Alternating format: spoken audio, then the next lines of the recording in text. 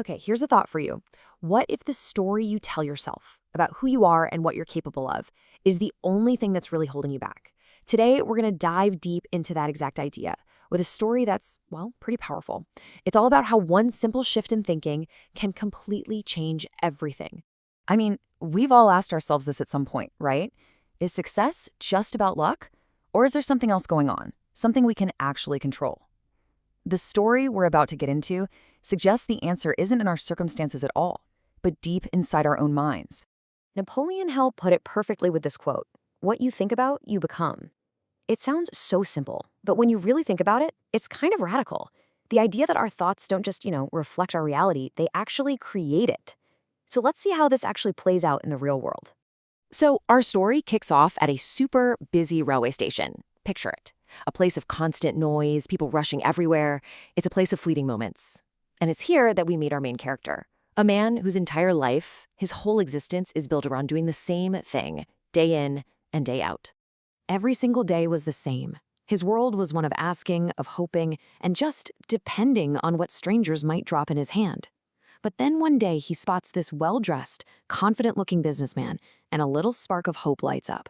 He thinks, okay, this guy is definitely going to give me something good. So he goes up to the businessman, holds out his hand, expecting a coin, the usual. But instead of money, he gets a question. A challenge, really, that is about to turn his entire world completely upside down. Can you just imagine hearing that? The businessman's words were so direct, and they introduced a concept the beggar had probably never even considered, this idea of a mutual exchange. He was basically saying, hey, the world is a two-way street, not a one-way path of just taking. And this right here, this really lays out the two completely opposite worldviews we're talking about.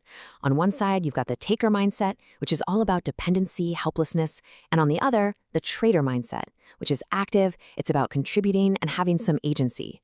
This was the huge mental leap the beggar was being challenged to make. So you can just imagine what's going through his head. It's just immediate panic, right? What can I possibly give? He's been told his whole life, and he's told himself that he has nothing. Those words from the businessman are echoing in his mind. But he just can't see a way forward. I'm just a beggar. I have nothing. For 2 whole days, he just sits with this question. He's not even begging. He's just thinking, really wrestling with it. And then, on the 3rd day, as he's sitting there at the station, his eyes fall on this little patch of wildflowers growing near the tracks. And all of a sudden, an idea starts to grow. And this was it. This was his aha moment. So simple, but absolutely revolutionary for him. He could pluck those flowers. They were beautiful, they were right there, and they were something he could give. This tiny shift in his perspective, well, it was the start of everything. So with this new sense of purpose, he puts his plan into motion. He's not just asking for something anymore. He's starting an exchange. He's about to put that businessman's theory to the test right there in the real world.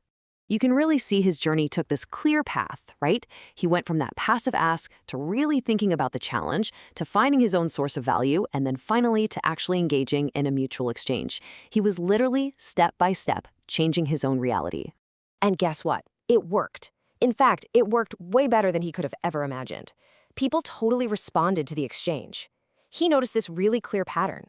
Whenever he had flowers to give, the donations just poured in. He wasn't getting charity anymore. He was earning.